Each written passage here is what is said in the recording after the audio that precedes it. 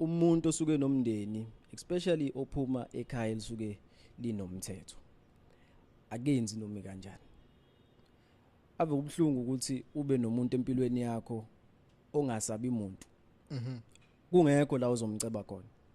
yabo uyena ke lo uthi angitshelwa nasekhaya yebo all right yabo omunye futhi uzothola ukuthi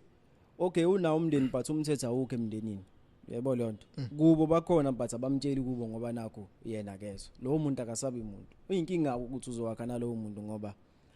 ayikho into ayisabayo akukho la ezothi bengabuthi mhlawumbe mengase one